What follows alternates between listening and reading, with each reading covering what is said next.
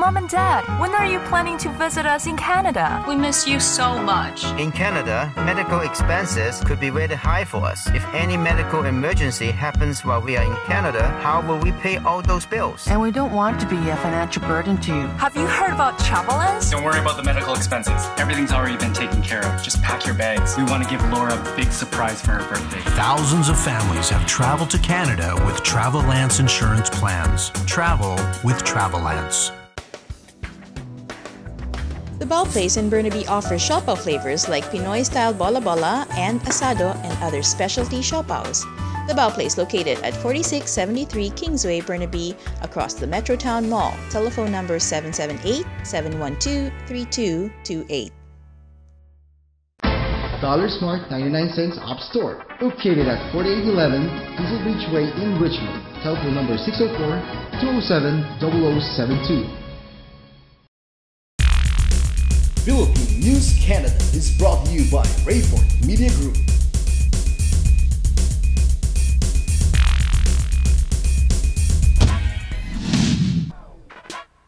Hello mga kabayan, narito na ang pinalawak at pinalakas na coverage ng Philippine News Canada Balitang Vancouver nationwide. Mga pangunahing balitang nakalap ng aming news team para sa linggong ito. Mula sa silid balitaan ng Philippine News Canada kasama ang aming mga field reporters and news correspondents, ako po si Rosette Correa. Patuloy naming ihatid sa inyo ang mga kwentong may kaugnayan sa mga buhay ng mga Pinoy dito sa Canada at sa ibayong dagat. Ako po si Marjean Mangawang. Ito ang Philippine News Canada Balitang Vancouver.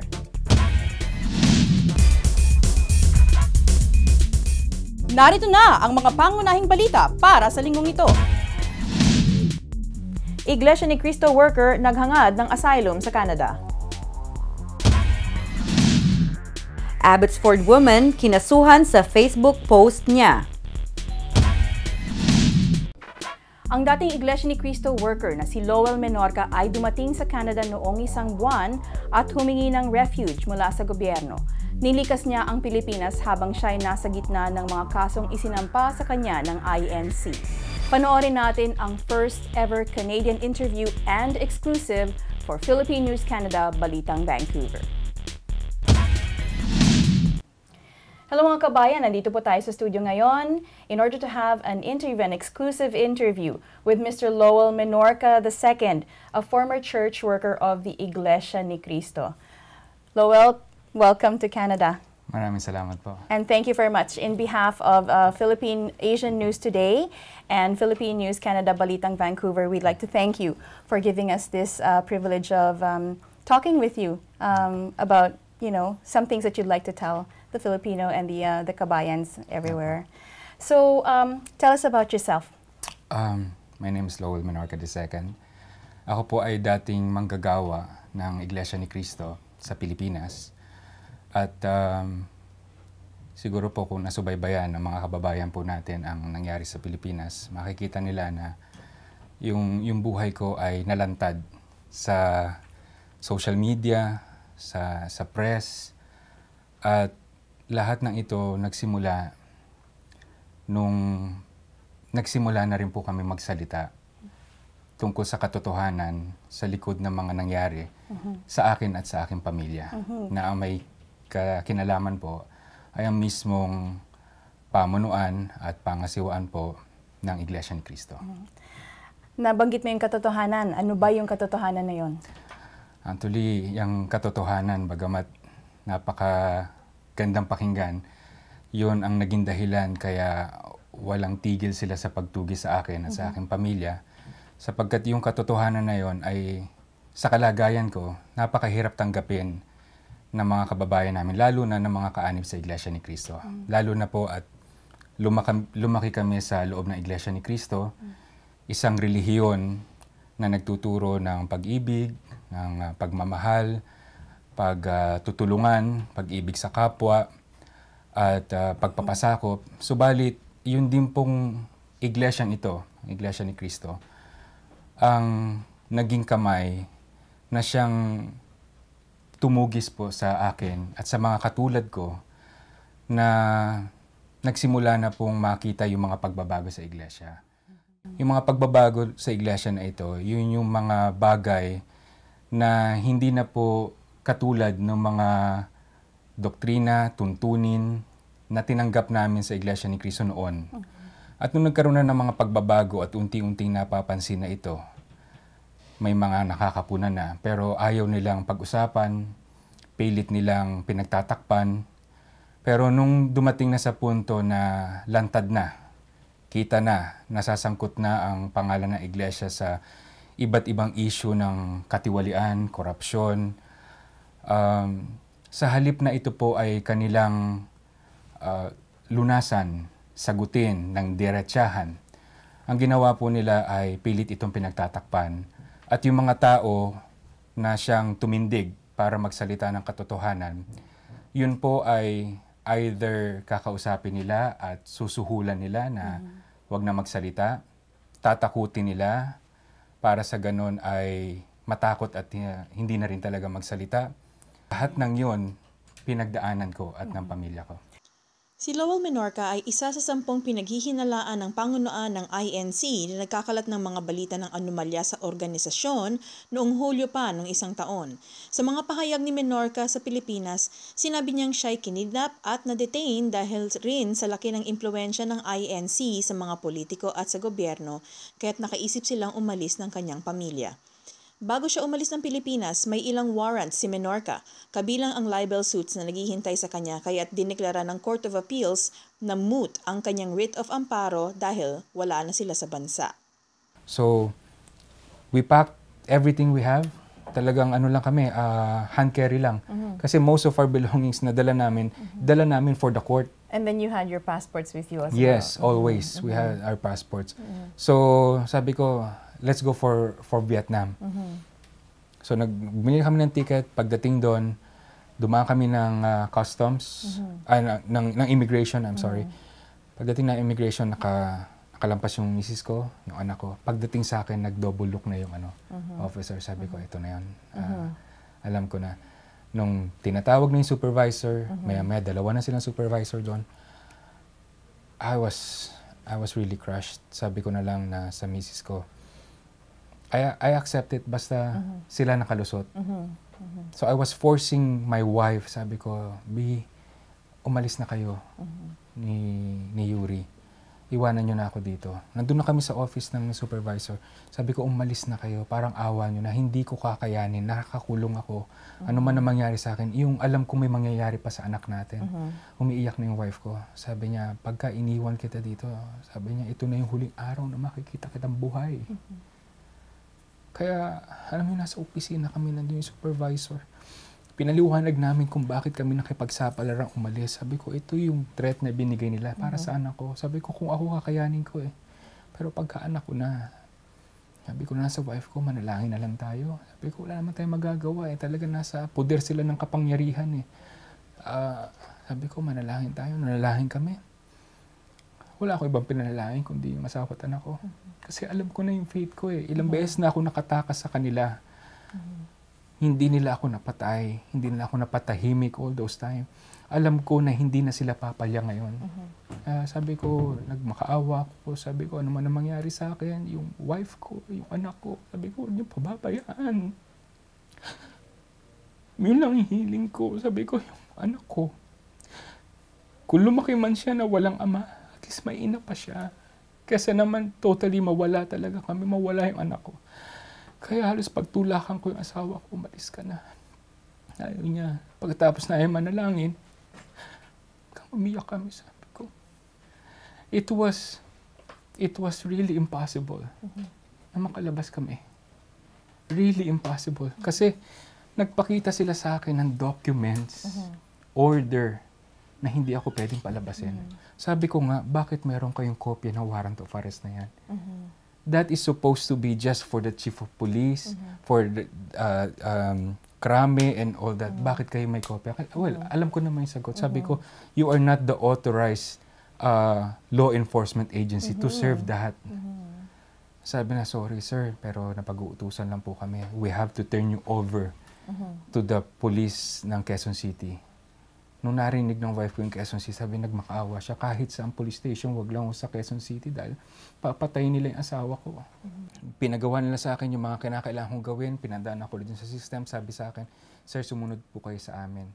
Sumunod kami sa kanila. We were escorted by a number of officers hanggang doon sa may plane. Nandun na kami sa loob ng plane, hindi pa namin talaga alam mo hangga't hindi lumilipad. Kasi alam mo, kahit manonood ka ng movie, di ba?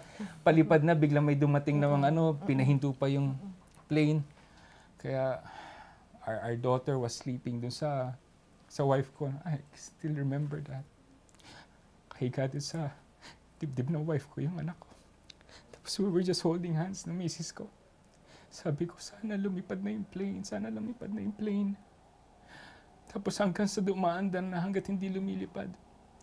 Nung pagkaangat ng plane, talaga nagtingin na kami ng wife ko, nagyakap kami. Sabi ko, pakabait ng ama.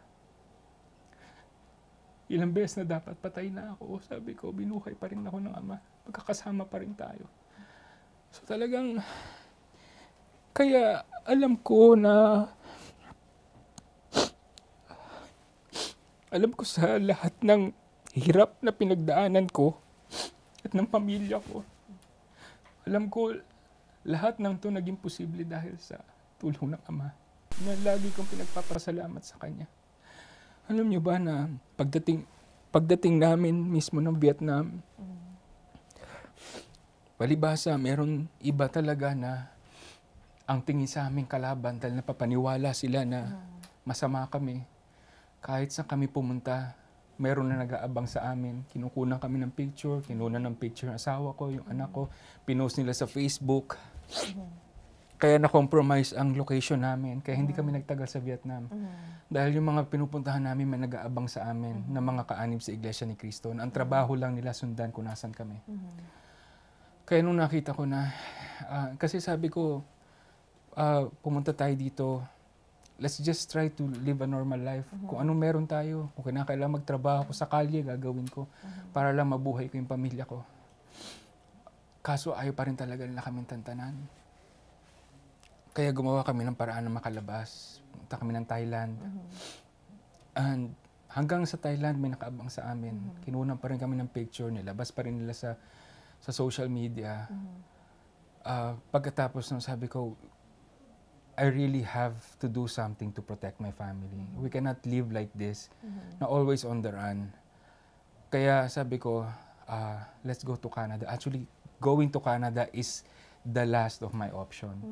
Ang laban nandun sa Pilipinas eh. Gusto kong bumalik doon. Gusto kong kahit na walang kapangyarihan ang justice system, ang government, para ipagtanggol ang mga mamamayang katulad ko na inaapi at pinagtutulong-tulungan ng mga taong makapangyarihan at may kayamanan. Naniniwala pa rin ako na I can do something para ilabas yung katotohanan. Ayokong pumunta dito sa Canada kahit alam ko nandito pamilya ko. Mga kamag-anak ng mother ko. Pero nung nasa Thailand na kami, gumawa kami ng paraan na makakuha ng visitor's visa para sa mag-ina ko. Unfortunately, it was denied. So sabi ko, sige, dito na lang siguro tayo sa Thailand. Mag-ano na lang tayo, mag-work na lang ako dito. Let's try to stay under the radar and live a normal life, at least for our daughter. Gagawa ko na lang ng paraan kung anong gagawin natin after. Pagkatapos nung nakita ko, nalaman ko na, doon ko na nalaman na my wife is expecting. Sabi ko na parang kahit paano, it hurts me na sa-sacrifice yung buhay na and way of life ng family ko, ng daughter ko, ng would-be child namin because of the thing that I'm fighting for.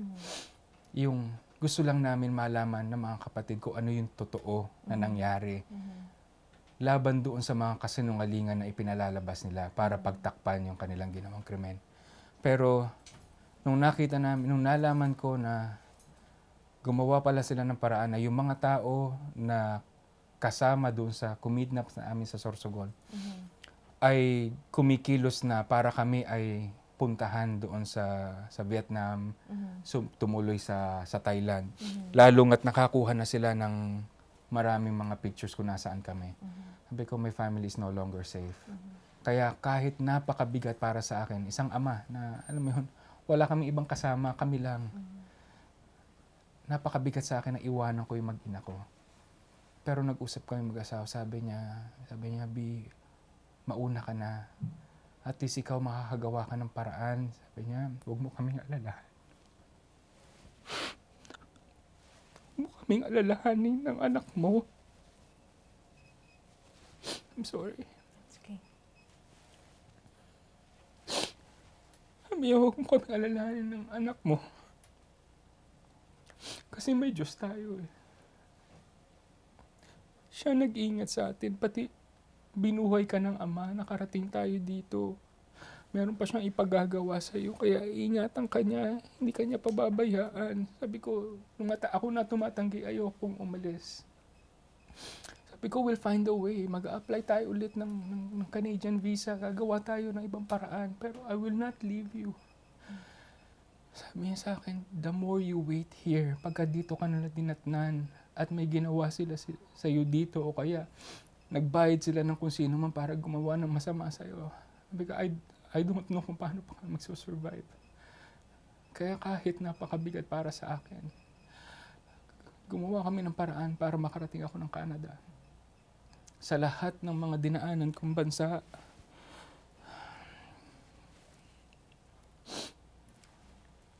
na kakausap ko lang yung mag-ina ko sa pamamagitan ng Viber o ng hindi ko alam kung makakatuloy ako dito dahil wala akong Canadian visa. Sabi ko sa Ama, di naman niya siguro pinayagan na makaligtas ako dun sa paghagis ng granada sa akin, yung pulis na papatay sa akin, yung kulungan na kung saan pinagtangkaan ng buhay ko, yung detention na pinagdaanan namin. Sa tingin ko, hindi naman ako pinayagan ng Ama na makaligtas doon kung hindi rin lang naman magkakaroon ng saysay o kubuluhan yung ipinaglalaban namin. Para sa Kanya naman to na malaman ng lahat yung katotohanan. Kaya bagamat napaka-imposible na nakalusot ako sa iba't ibang bansa para lang makarating dito. At nung nakarating ako dito, hindi ko talaga sukat akalain na nakarating ako ng Canada. Pagdating ko dun sa harap ng immigration officer, halos mangiyak na ako. Inabot ko yung passport ko. Tapos nung ini-interview na nila ako, sinabi ko lahat ng nangyari sa amin. Halos hindi sila makapaniwala. Nakapaniwala lang sila nung nakita nila yung mga ebidensyang dala ko, mga dokumento, lahat na nagpapatunay kung ano nangyari sa akin. Ayon sa pahayag ni Menorca, sa Vancouver International Airport ay may naghihintay na sa kanyang mga kapatid sa INC dahil nalaman na nilang siya'y dumating. Sa tulong ng ilang mga may simpatya sa kanya na mga INC members na kabilang na rin sa grupong tinatawag nilang Defenders, nakalabas si Menorca sa airport, bit-bit ang mga papeles niya na siya'y binigyan ng conditional refugee status sa Canada. Hindi ko alam nung araw pa lang yun, ang dami na nagbabantay sa airport ng mga kaanib sa Iglesia ni Cristo. May dala-dala silang kopya ng warrant ko na para bang ipanghaharas nila sa akin. Marami mga nagbantay sa parking. Alam ng border services yun. Kaya nung pinaalam ko sa kanila yon, sila mismo ang nag-secure sa akin. Nakita nila yung validity. At nung aking claim, hindi ito gaya ng Pilipinas. Na sa Pilipinas kaya mong isway ang mga tao doon. Pero dito nakita nila na there's really a threat to my life. There is really a threat to my family's life. Kaya sila mismo nag-secure sa akin. Paano nila nalaman na merong nagbabantay sa iyo doon sa labas? Binanggit ng mga kapatid na hindi nila alam ay defender. Ngayon yung sinasabi ko nga, we were talking about it earlier, na ngayon natiwalag ka na sa Iglesia ni Cristo. Where is the fight? Ano ngayon ang pinaglalaban mo na? At yung mga kasama mong ganun din ang hinahangad nila yung katotohanan. Where do we go from here? For us, who's in this fight, ang hinahangad namin transparency. There are really very disturbing issues inside the church that needs to be addressed. Hindi kami mga tao na naghahangad na siraan ng iglesia. Hindi kami mga tao na naghahangad na magtayo ng sariling relihiyon. If that would be the case, bakit pa ako mag-aaksaya ng panahon fighting a cause na alam kong David and Goliath situation? Eh di sana kung talagang hangad namin magtayo ng relihiyon, eh di mananahimikan lang kami, start our own. Pero we firmly believe in the doctrines that we receive. Totoo ang doktrina ng Iglesia ni Cristo. Totoo ang sinasampalatayanan namin mga aral sa loob ng Iglesia. Ang ipinaglalaban namin, magkaroon ng religious transparency ang Iglesia ni Cristo, na magkaroon ng masinsinan, transparent at credible investigation laban doon sa lahat ng mga ipinakakalat nila na laban daw sa amin at doon naman sa ipinipresenta sa kanila na mga ebidensya. Kasi ang ginagawa nila, sa halip na sagutin nila ng head-on ang mga issue, iniiwasan nila. One issue na I will share to you is sa loob kasi ng Iglesia ni Cristo, itinuro ng namamahala, mga unang namahala sa Iglesia, na kinakailangan tratuhin ang abuloy o handog ng Iglesia dahil ito ay sagrado. Hanggang sa ngayon, humihingi pa rin ng pahayag ang PNC Balitang Vancouver sa INC dito sa Vancouver upang malaman ang susunod nilang hakbang laban kay Menorca, ngunit hindi pa sila na nakikipag-ugnayan sa amin.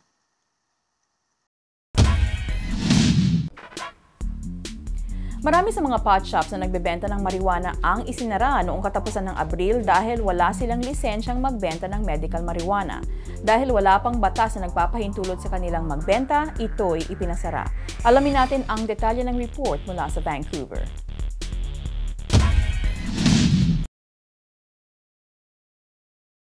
Sa mga bagong patakaran, bukod sa pulis, may mga inspection staff na tutulong magsara ng mga illegal pot shops. Hawak din nila ang listahan ng mga multa at court injunctions na hindi available sa ilang jurisdiction. Umaasa si Councilor Carrie Jiang na masusubaybayan ng mabuti ang mga pot shops kapag naihain na nila ang mga bagong patakaran na ito. Inaasahan niya na mga 100 dispensary sa Vancouver ang isasara sa April 29. Mixed reaction daw ang nakuha ng Council ng Vancouver. Ilan sa mga tindahan ang kusang magsasara ng April 29, ngunit may ilan sa kanila ang kokontra sa ordinansa at magbabaka sakaling mapagbigyan o ma-extend ang kanilang pagbenta. Sinabi ni Jiang na kahit maraming isasarang pot shops, marami pa rin namang legal na nagbebenta ng makukuhanan ng medical marijuana. We had a situation in Vancouver where we had literally well over 100 pot shops. We also knew that some of them were selling to children. We were getting a lot of pressure from our residents saying, you know, it's too close to a school or a community center. Let's be clear here. This is not a crackdown. It's nothing new. This is exactly what the pot shops knew what was coming. And they asked to be treated like any other business in the city of Vancouver. Sinabi ni pot activist Jody Emery na ang mga tindahan na bukas dahil sa pera lamang ay siguradong magsasara, ngunit sinabi niya na ang mga lehitimong dispensaries ay mahihirapan sa pagsara. Sinabi niya na ang mga ito ay mapayapang sumusunod sa batas at pinapanigan ng korte. Isang tiga Abbotsford ay dadalhin sa hukuman para sa kanyang social media post na kung saan inakusahan ang kanyang kapitbahay ng pagiging isang pedophile. Ipinaliwanag ni Nadia Stewart kung paano ito nakakasira at kung magkano ang iniutos na kailangang bayaran na multa. Narito ang report.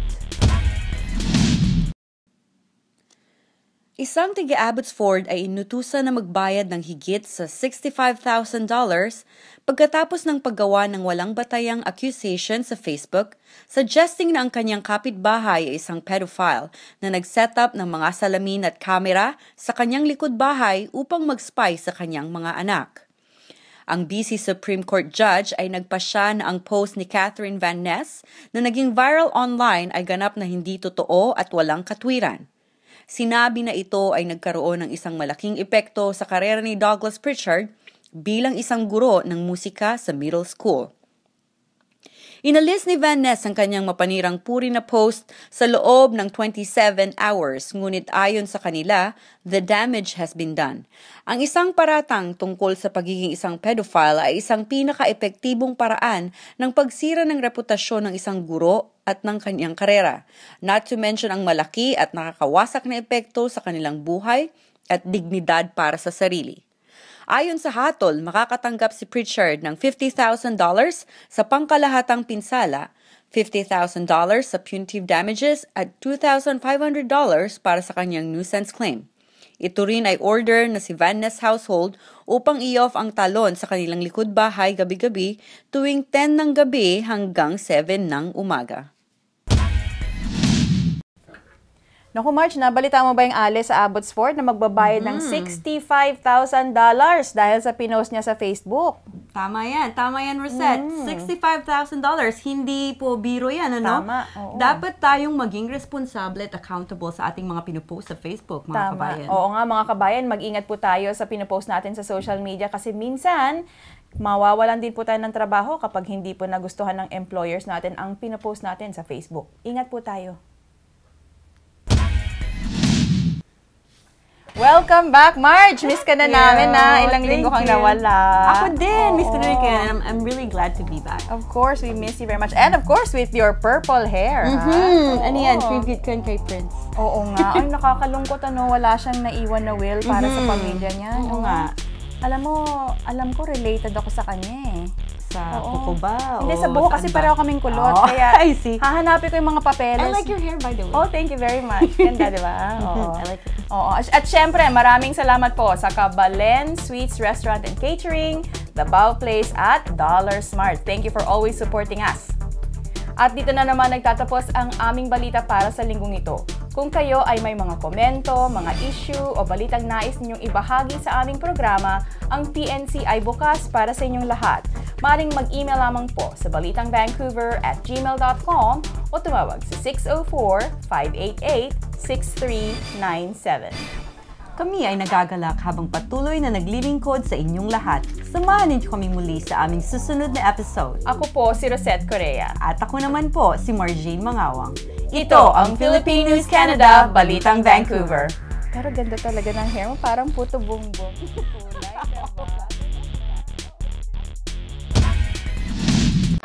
Dollar Smart 99 cents Op Store, located at 4811 Diesel Beach Way in Richmond. Telephone number 604-207-0072. The Bao Place in Burnaby offers siopaw flavors like Pinoy-style bola bola and asado and other specialty siopaws. The Bao Place located at 4673 Kingsway, Burnaby, across the Metrotown Mall. Telephone number 778-712-3228. Mom and Dad, when are you planning to visit us in Canada? We miss you so much. In Canada, medical expenses could be really high for us. If any medical emergency happens while we are in Canada, how will we pay all those bills? And we don't want to be a financial burden to you. Have you heard about Travelance? Don't worry about the medical expenses. Everything's already been taken care of. Just pack your bags. We want to give Laura a big surprise for her birthday. Thousands of families have traveled to Canada with Travel Lance insurance plans. Travel with Travel Lance.